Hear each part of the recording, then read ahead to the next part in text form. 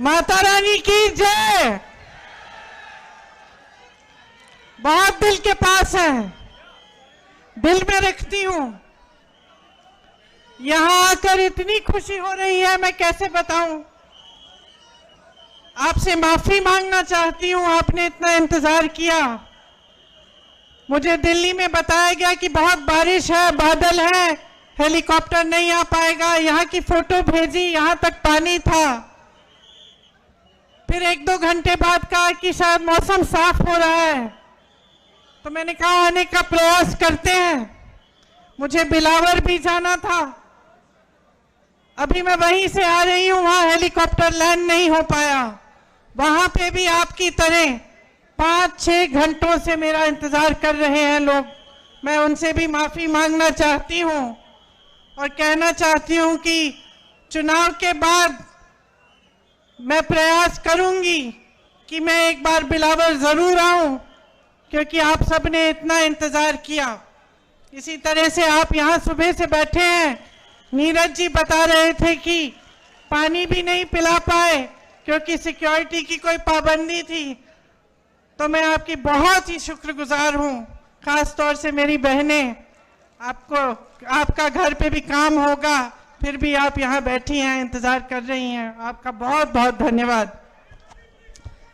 देखिए, एक जुड़ाव होता है राजनीतिक, एक पारिवारिक जुड़ाव होता है, एक ऐसा जुड़ाव होता है जो अपनी जमीन से होता है, जहां अपने परिवार के पुश्तों की पैदाइश है। वो एक अलग बात होती है, वो एक लगाव होता है जो शायद लफ्जों में बताया भी नहीं जा सकता। जम्मू कश्मीर से मेरे परिवार के सदस्यों का यही जुड़ाव है, यही लगाव है। मैं यहाँ आती हूं तो आपकी शक्लें भी मेरे से मिलती जुलती हैं। काफी बार मैं देखती हूँ, गाड़ी से देखती हूँ या किसी से मिलती हूँ, कहती हूँ तो ऐसे लगता है कि मेरी बहन है। तो एक अलग जुड़ाव है। आपको शायद मालूम नहीं होगा, मेरी दादी इंदिरा जी की हत्या से 4-5 दिन पहले हम लोग घर पे बैठे थे। मैं 12 साल की थी, राहुल जी 14 साल के थे। अचानक दादी ने कहा, बड़ा दिल कर रहा है कश्मीर जाने का। जो चिनार के पेड़ हैं, पतझड़ के समय जो गिरते हैं, मैं उन्हें देखना चाहती हूँ। तो हम दोनों बच्चे थे, बहुत खुश हुए, चलो दादी के साथ कश्मीर चलेंगे। तो दादी हमें कश्मीर लाई। पहली बार मुझे खीर भवानी के मंदिर में ले गई। उसके बाद एक बड़े आध्यात्मिक गुरु थे उनके, पंडित लक्ष्मण जी, उनका आश्रम होता था श्रीनगर में, वो वहां गई। फिर हम दिल्ली आए। 3-4 दिन बाद ही उनकी हत्या हो गई, वो शहीद हो गई।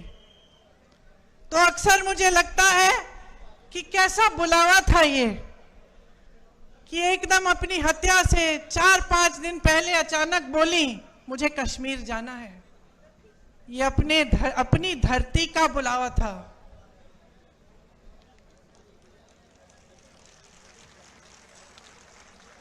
ये माता का बुलावा था कि वो खीर भवानी गई। पहली बार अपने दोनों पोती पोती को वहां ले गई। और उसके बाद से जब भी मैं श्रीनगर जाती हूं, मैं जरूर खीर भवानी माता के यहाँ जाती हूं और अपनी दादी को याद करती हूं। दरअसल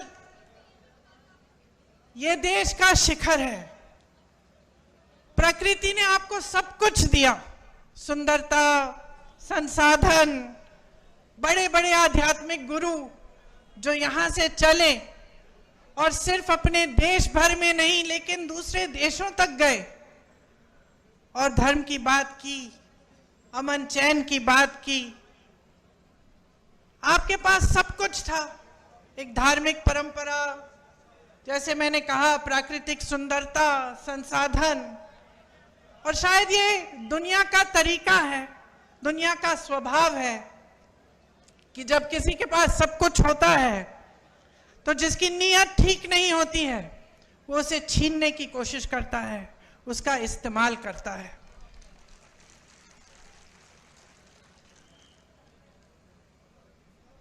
एक तरह से भाजपा के नेताओं ने जम्मू और कश्मीर को अपने राजनीतिक शतरंज का मोहरा बना दिया है। यहां के लिए नीतियां नहीं बनती,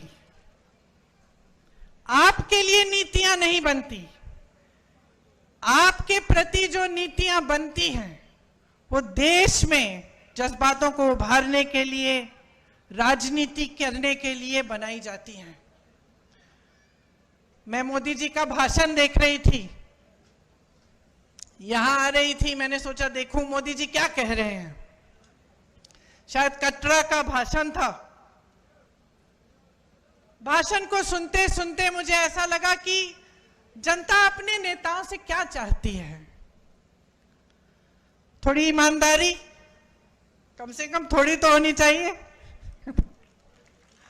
थोड़ी सी सच्चाई, एक कर्मठता, एक गंभीरता कि जनता की क्या समस्याएं हैं, ये नेता समझ रहे हैं कि नहीं समझ रहे हैं। और मुझे उस मोदी जी के भाषण में लगा कि वो गंभीरता ही नहीं दिखी। वो कहने लगे कि 10 सालों से यहाँ का जो रेलवे स्टेशन है, हमने इस रेलवे स्टेशन को में सुधार हम लाए हैं, इसमें परिवर्तन लाए हैं। मैं सोच रही थी 10 सालों से आप प्रधानमंत्री रहे हैं, आप कटरा आके कह रहे हैं कि मैंने आपके रेलवे स्टेशन में सुधार कर दिया। विकास की एक धारा होती है, जैसे जीवन की होती है। एक समय में मेरी बहनें यहाँ बुजुर्ग बैठी हैं, वो रोटरी वाले टेलीफोन होते थे, आपको याद है, यूं घुमा के फोन करना पड़ता था। जम्मू से दिल्ली फोन करना पड़ता था तो बुकिंग करनी पड़ती थी, 2-3 हफ्तों बाद ट्रंक कॉल लगता था। आज सबके पास स्मार्टफोन है। परिवर्तन होता है, विकास होता है, रेलवे स्टेशन में सुधार होते हैं। ये कोई बड़ी बात नहीं है कि प्रधानमंत्री जी आकर इन छोटी छोटी बातों पर आपको कह रहे हैं कि देखो मैंने आपके लिए क्या किया। ठोस बात क्यों नहीं कर रहे हैं? मेरे मन में ये बात आई कि जो ठोस बात है, जो जम्मू और कश्मीर की जनता के हृदय की बात है, जो उनकी समस्याएं हैं, उनकी बात क्यों नहीं हो रही है? सच्चाई पर क्यों नहीं उतर रहे हैं हमारे प्रधानमंत्री? कि जब उन्होंने आपसे राज्य का दर्जा छीना तो क्या क्या छिन गया आपसे। वो रेलवे स्टेशन की बात करने से नहीं मिलेगा आपको वापस। वो ये कहने से कि मैंने जम्मू में आईफल टावर जैसा एक ब्रिज बनाया है, वो आपको वापस नहीं मिलेगा। वो आपका हक था और उस हक के जरिए आपको बहुत कुछ मिलता था। अपने जमीन पर हक, रोजगार पर हक, छोटे कारोबारों को मजबूत बनाने का हक, जो सारा आज आपसे छिन गया है। एक एलजी है जो पूरा अपने हिसाब से, अपनी मनमानी से राज कर रहे हैं। एक लूट का राज स्थापित किया है, रिमोट वाला राज स्थापित किया है। आपको अपने हक नहीं मिल रहे हैं इस राज्य में। आपकी जमीनें लैंड बैंक बन रही हैं। किसके लिए? आपके लिए, बड़े बड़े उद्योगपतियों के लिए, जो मोदी जी पूरे देश भर में स्थापित कर चुके हैं कि कुछ गिने चुने उद्योगपतियों को सब कुछ मिलेगा। वही आज जम्मू और कश्मीर में हो रहा है। यहां रिलायंस के रिटेल स्टोर खुल रहे हैं, लेकिन ये जो छोटी छोटी दुकानें हैं, जो आपकी दुकानें हैं, आपके छोटे बिजनेस हैं, उनको मारा जा रहा है। पहले नोटबंदी, फिर जीएसटी, और आज बड़ी बड़े रिटेल वाले जो उद्योगपति हैं आपके बिजनेस को छीन रहे हैं और आप कुछ कर नहीं पा रहे हैं क्योंकि आपकी अपनी सरकार नहीं है। नौकरियों का हक आपको मिलना चाहिए। यहां तमाम नौजवान खड़े हैं, मेरी बहनें मेहनत करके परिश्रम करके बड़ा करती हूं। मैं 52 साल की हूं, मेरा बेटा 24 साल का है, मेरी बेटी 22 साल की है। क्या चाहते हैं हम अपने बच्चों के लिए? एक उज्जवल भविष्य चाहते हैं, कुछ बड़ी शान शोहरत पैसा सत्ता नहीं। हम चाहते हैं कि खुश रहें, ईमानदारी से अपना काम करें और अपनी कमाई कर लें, अपने पैरों पे खड़े हो जाएं। ये आप भी चाहते हैं, इस मंच पे बैठे सारे नेता भी यही चाहते हैं। तो ये हक आपसे छीना क्यों जा रहा है? आज रोजगार के मामले में जम्मू और कश्मीर इतना पीछे क्यों पड़ गया है? इतनी बेरोजगारी क्यों है? आप परवरिश करते हैं अपने बच्चों की, मेहनत करते हैं, उनको पढ़ाते हैं लिखाते हैं। बच्चा भर्ती का पेपर देता है, पेपर लीक हो जाता है, पेपर दे भी देता है, मार्क्स भी आ जाते हैं, भर्ती नहीं होती। घोटाले पे घोटाले होते हैं। ऐसे बच्चे हैं जो 27-28 साल के हो जाते हैं, 30 साल की उम्र के हो जाते हैं नौकरी की इंतजार में। उनको खुद नहीं पता होता कि जब हमने भर्ती का इम्तिहान दे दिया है, हम पास भी हो गए हैं, तो क्या हम इंतजार करें? हो सकता है 6 महीने में नौकरी मिल जाएगी, हो सकता है 2-3 महीनों में नौकरी मिल जाएगी। तो बेचारे इंतजार करते रहते हैं, सोचते हैं कहीं और लग जाएंगे तो ये भर्ती निकल जाएगी तो हम रह जाएंगे। और इस तरह करके साल पे साल गवा देते हैं, अपनी जवानी गवा देते हैं। बच्चों की शादी नहीं होती, जब रिश्ता लेके जाते हैं कहते हैं कि भाई नौकरी नहीं है, रिश्ते नहीं पक्के होते। तो इस तरह से कैसे आगे बढ़ेंगे हम? आपके एलजी बाहरी हैं, साफ तमाम जितनी भी पॉलिसियां, जितनी भी नीतियां बन रही हैं बाहर वालों के लिए बन रही हैं। 450 मिनरल के जो ब्लॉक हैं उनमें से 200 के ठेके बाहर के लोगों को दिए हैं। आपको रेत, आपकी रेत है, आपकी बजरी है, बाहर भेजी जा रही है, आपको खरीदनी पड़ती है अपने घर बनाने के लिए, तो उसका दाम महंगा होता है कि नहीं? आपको घर में छोटी सी छोटी मरम्मत करनी पड़ती है, आप घबराते हो कि कैसे करेंगे? कोई बीमार पड़ता है, घबराते हो, इलाज कैसे करवाएंगे? और यहां बाहर की सारी कंपनियां आकर सब कुछ लूट रही हैं। 10 मिनरल के ब्लॉक्स हैं, 26 रेत के खनन, सारे ठेके बाहर के इनके मित्रों को दिए गए हैं। बाहर की कंपनियों को ला कर आपके जितने भी छोटे कारोबार हैं उनको खत्म किया जा रहा है। ये तो मैं मंच पे खड़े होकर कह रही हूं, एहसास तो आपको है। अब त्योहार का महीना आने वाला है,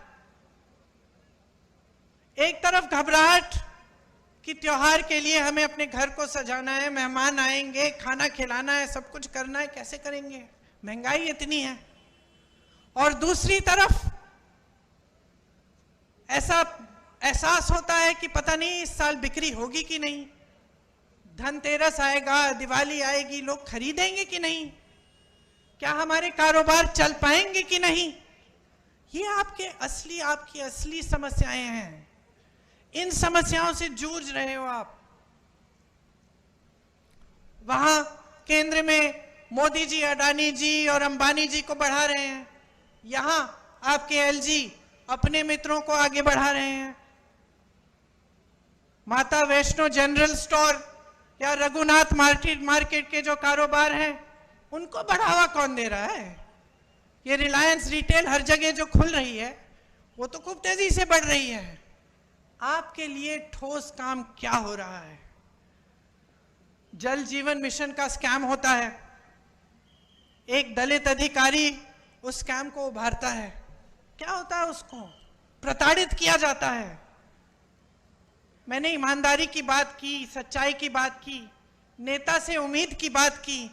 यह उम्मीद होती है ना कि अगर कोई अधिकारी ईमानदारी से बता दे कि भाई ये स्कैम हो रहा है, करोड़ों लूटे जा रहे हैं, तो आप उसका संरक्षण करें, उस स्कैम की जांच करें, उल्टा उसे प्रताड़ित किया जाता है। क्या यही हमारी परंपरा बन गई है? क्या आज यही उम्मीद होनी चाहिए हमें अपने नेताओं से? आप सोचिए, आज भयंकर बेरोजगारी है। यहां जम्मू में 65% सरकारी पद खाली हैं। आप यहां बेरोजगार खड़े हो नौजवान, हाथ उठाकर अगर मैं पूछूं कि किस किस को सरकारी नौकरी मिली है, आप सब बोलेंगे नहीं मिली है। अभी जो चुनाव खत्म हुआ उसमें हमने जब हम पूरे देश भर में घूमे, जहां जहां गए हमने पूछा भाई हाथ उठाओ, किस किस को रोजगार मिला है? एक हाथ नहीं उठता था। 10,000, 20,000, 50,000 की भीड़ में एक हाथ नहीं उठ रहा था। उल्टा क्या दिया जाता है आपको? नौजवानों को अग्निवीर जैसी स्कीम। ये हमारे जवान खड़े हैं, देश के लिए जीवन देने के लिए तैयार हैं। जब ये आते हैं हमारी सुरक्षा करने के लिए, जब सरहद पे खड़े होने जाते हैं, तो मन में ये रखते हैं कि हम एक दिन शहीद हो सकते हैं इस धरती के लिए, और आप अग्निवीर लाते हैं कि बच्चा जाएगा, सरहद पे खड़ा होगा, सुरक्षा करेगा हमारे देश की, लेकिन शहीद हो जाएगा तो उसको कुछ नहीं मिलेगा, उसके माँ बाप को पेंशन तक नहीं मिलेगा। और इसके लिए हम सारे विपक्षी दल लड़ रहे हैं, बार बार इन मुद्दों को उठाते हैं, लेकिन इतना अहंकार है इस सरकार में, हमारे प्रधानमंत्री जी ने, कि वो जानते हुए कि ये गलत स्कीम है, जानते हुए कि ये नौजवानों के लिए ठीक नहीं है, वो पीछे नहीं हटते। वो कहते नहीं है कि ठीक है, गलती हो गई, गलत स्कीम ले आए, हम इसको सुधार देते हैं। जहां आपको आर्मी में, फोर्सेस में रोजगार का मौका मिलता था, वो टूट गया है, आज नहीं मिलता है। खेती में रोजगार बनते थे, आज नहीं बनते हैं। सबसे ज्यादा रोजगार हमारे देश में, हमारी देश की जो रीढ़ की हड्डी है, वो छोटे कारोबार हैं। ये सारी दुकानें जो मुझे यहां से दिख रही हैं, आप रोजगार दिलवाते थे। ये छोटे छोटे बिजनेस जो अपना कुछ बना दिया, कानपुर में लेदर का बिजनेस था, आगरा में कोई और बिजनेस, मुरादाबाद में पीतल का बिजनेस, यहां जम्मू में और बिजनेस, सारे तमाम ऐसे बिजनेस बंद हो रहे हैं, तो रोजगार वहां से भी नहीं मिलेगा। तो कौन सी स्कीम है इनके पास रोजगार दिलवाने की? सिर्फ स्कैम, पेपर लीक, अग्निवीर जैसी फिजूल की स्कीमें। और ऊपर से क्या होता है? आप माताएं हैं, नौजवान बच्चे हैं, मैंने कहा मेरे भी नौजवान बच्चे हैं। जब बच्चे में ये नाउम्मीद हो जाती है कि मेरे भविष्य में कुछ नहीं है, मैं कमा नहीं पा रहा हूं, घर पे बैठा रहता है, तब ड्रग्स फैलते हैं। चिट्टा कितना फैल गया है जम्मू कश्मीर में, कोई बात भी करता है इसके बारे में? ये सारे भाजपा के नेता जो आते हैं, वोट मांगने के लिए आते हैं, आपकी सच्चाई की बात करते हैं क्यों नहीं करते हैं? क्योंकि वो जानते हैं कि इसकी जड़ क्या है। जड़ बेरोजगारी है, बेकारी है। अगर बच्चे को आप नौकरी देंगे, सुबह से शाम तक काम करेगा, थका हुआ घर आएगा, तो कहां इधर उधर देखेगा? लेकिन बेचारा बेरोजगार, बेकार पड़ा रहता है। जो ड्रग की माफियाएं हैं, उसके लिए शिकार बन जाता है। तो पूरे समाज में, पूरे देश में, पूरे समाज में, खास तौर से यहाँ जम्मू में, कश्मीर में ये सब फैल रहा है, और इसके बारे में आपके नेता बात भी नहीं करते हैं। आप टोल टैक्स दीजिए, आप स्मार्ट मीटर लगवाइए अपने घरों में, बताइए 10 गुना आपके बिल आते हैं, कोई पूछता है? आप जहां भी जाएंगे आपको टैक्स, प्रॉपर्टी टैक्स लगा दी है जो पहले नहीं थी, टोल टैक्स बढ़ा दी है, जगह जगह टोल लगा दिए हैं। स्मार्ट मीटर आप तो जानते ही हैं, आपकी आवाज से पता चल रहा है मुझे कि कितना असर पड़ रहा है आपके जीवन पे। तो आपकी जमीनें छीनेंगे, आपसे टैक्स लेंगे, चाहे प्रॉपर्टी की हो, टोल की हो, कुछ भी हो। ऊपर से जो काम कराने पड़ते हैं आपको रिश्वत देनी पड़ती है। तो कहां के रह गए हैं आप? आपकी सुनवाई भी है इनकी सरकार में। आतंकवादी हमले कुछ कम नहीं हुए इनके राज में। यहां पे एक आंकड़ा है मेरे पास, 683 आतंकवादी हमलों में तकरीबन 260 जवान और 170 आम जनता की जानें गई हैं। तो ये भी बात नहीं है कि आतंकवाद कम हो रहा है। 150 सालों से चली आ रही जो दरबार कूच थी उसको भी इन्होंने खत्म कर दिया। एक परंपरा थी, आपको मालूम है, वो आपका गौरव था, उसको भी खत्म कर दिया। तो ये है आपका नया जम्मू कश्मीर। राज्य का दर्जा आपसे छीना। आपसे जब छीना गया तो आपको क्या क्या बताया गया कि इससे बड़ा फायदा होगा आपका। क्या फायदा हुआ मैं जानना चाहती हूं। मैं जानना चाहती हूं आप में से कोई मुझे बताए क्या फायदा हुआ।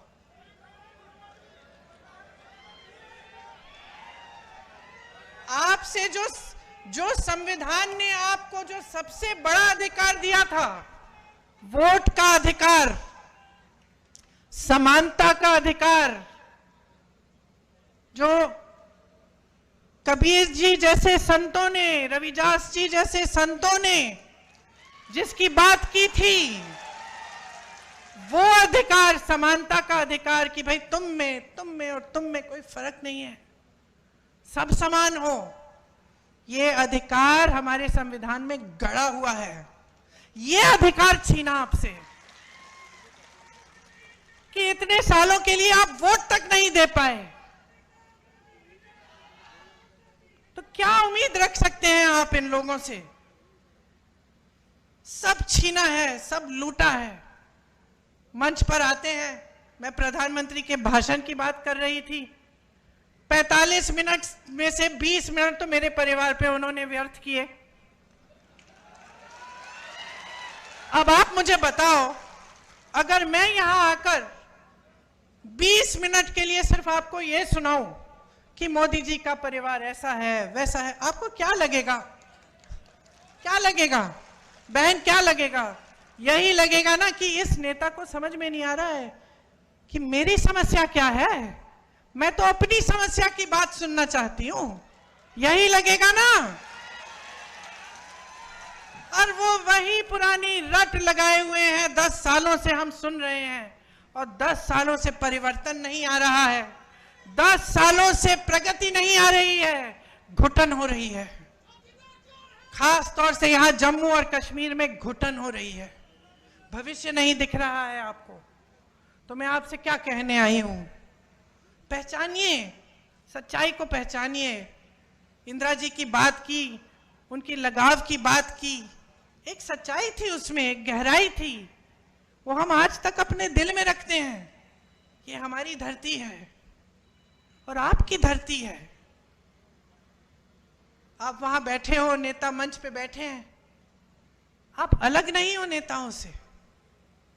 ये अलगपन दूर करना पड़ेगा हमें।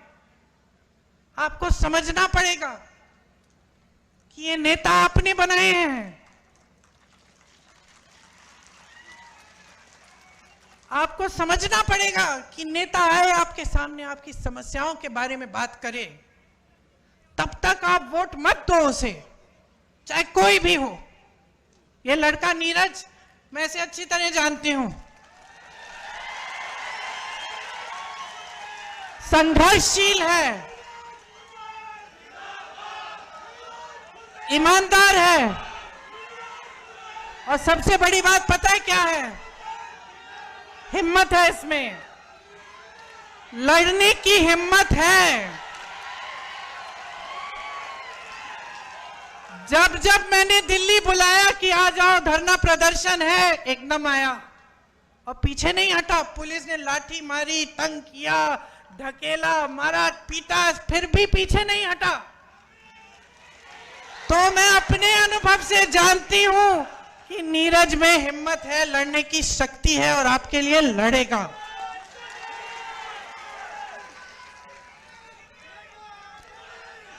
यहां की जो आपकी परंपरा है, महाराजा हरि सिंह जी की जो परंपरा थी, उन्होंने क्या किया? स्वास्थ्य की सुविधाएं देने की कोशिश की, पाठशालाएं बनाई। ये आपकी परंपरा है, सेवा की परंपरा है कि एक राजा भी सबसे पहले सेवा करते थे। ये जम्मू की परंपरा है और ये परंपरा नीरज के हृदय में बसी हुई परंपरा है।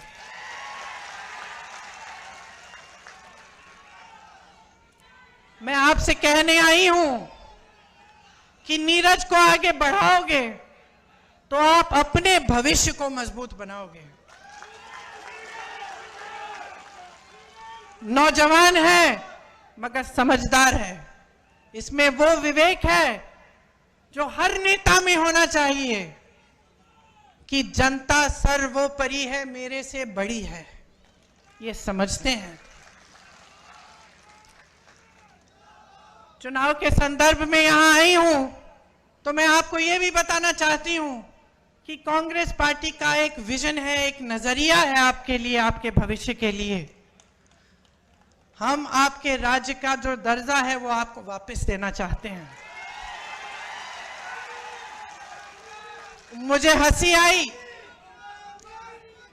देश के गृह मंत्री जी ने एक भाषण दिया यहां आकर कि भाई राज्य का दर्जा वापस चाहिए तो हमें वोट देना पड़ेगा। अरे जब छीना आपने है,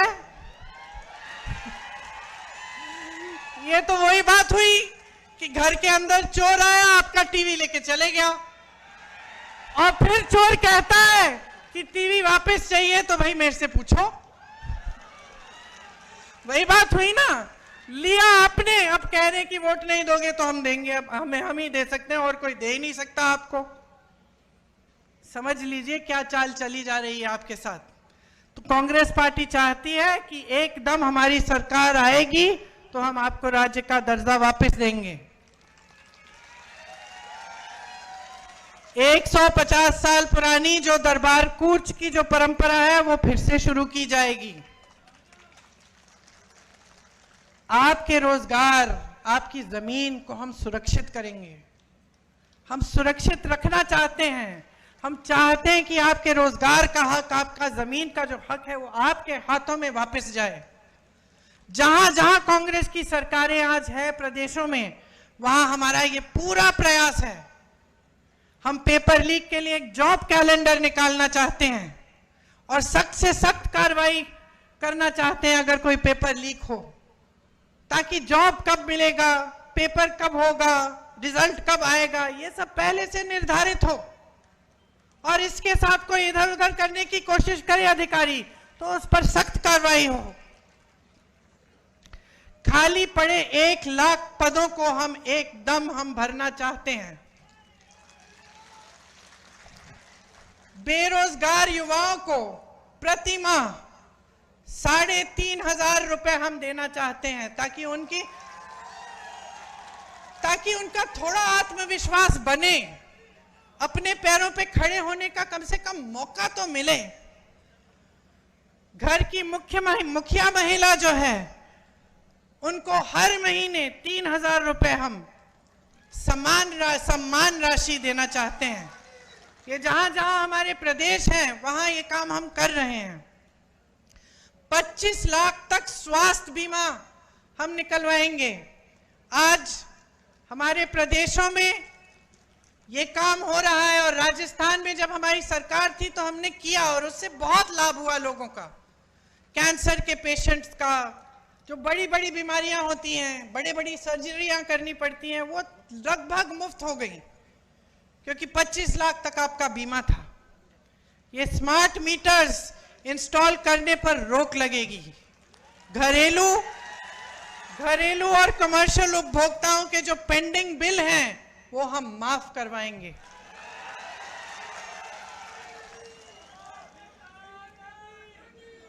गरीब और किसानों की जो जमीन है उससे बेदखल नहीं किया जाएगा। आपको जो स्वयं सेवा समूह है उनको 5 लाख तक का ब्याज मुफ्त कर्ज पे मिलेगा। ओबीसी को संविधान के अनुसार अपना पूरा हक मिलेगा।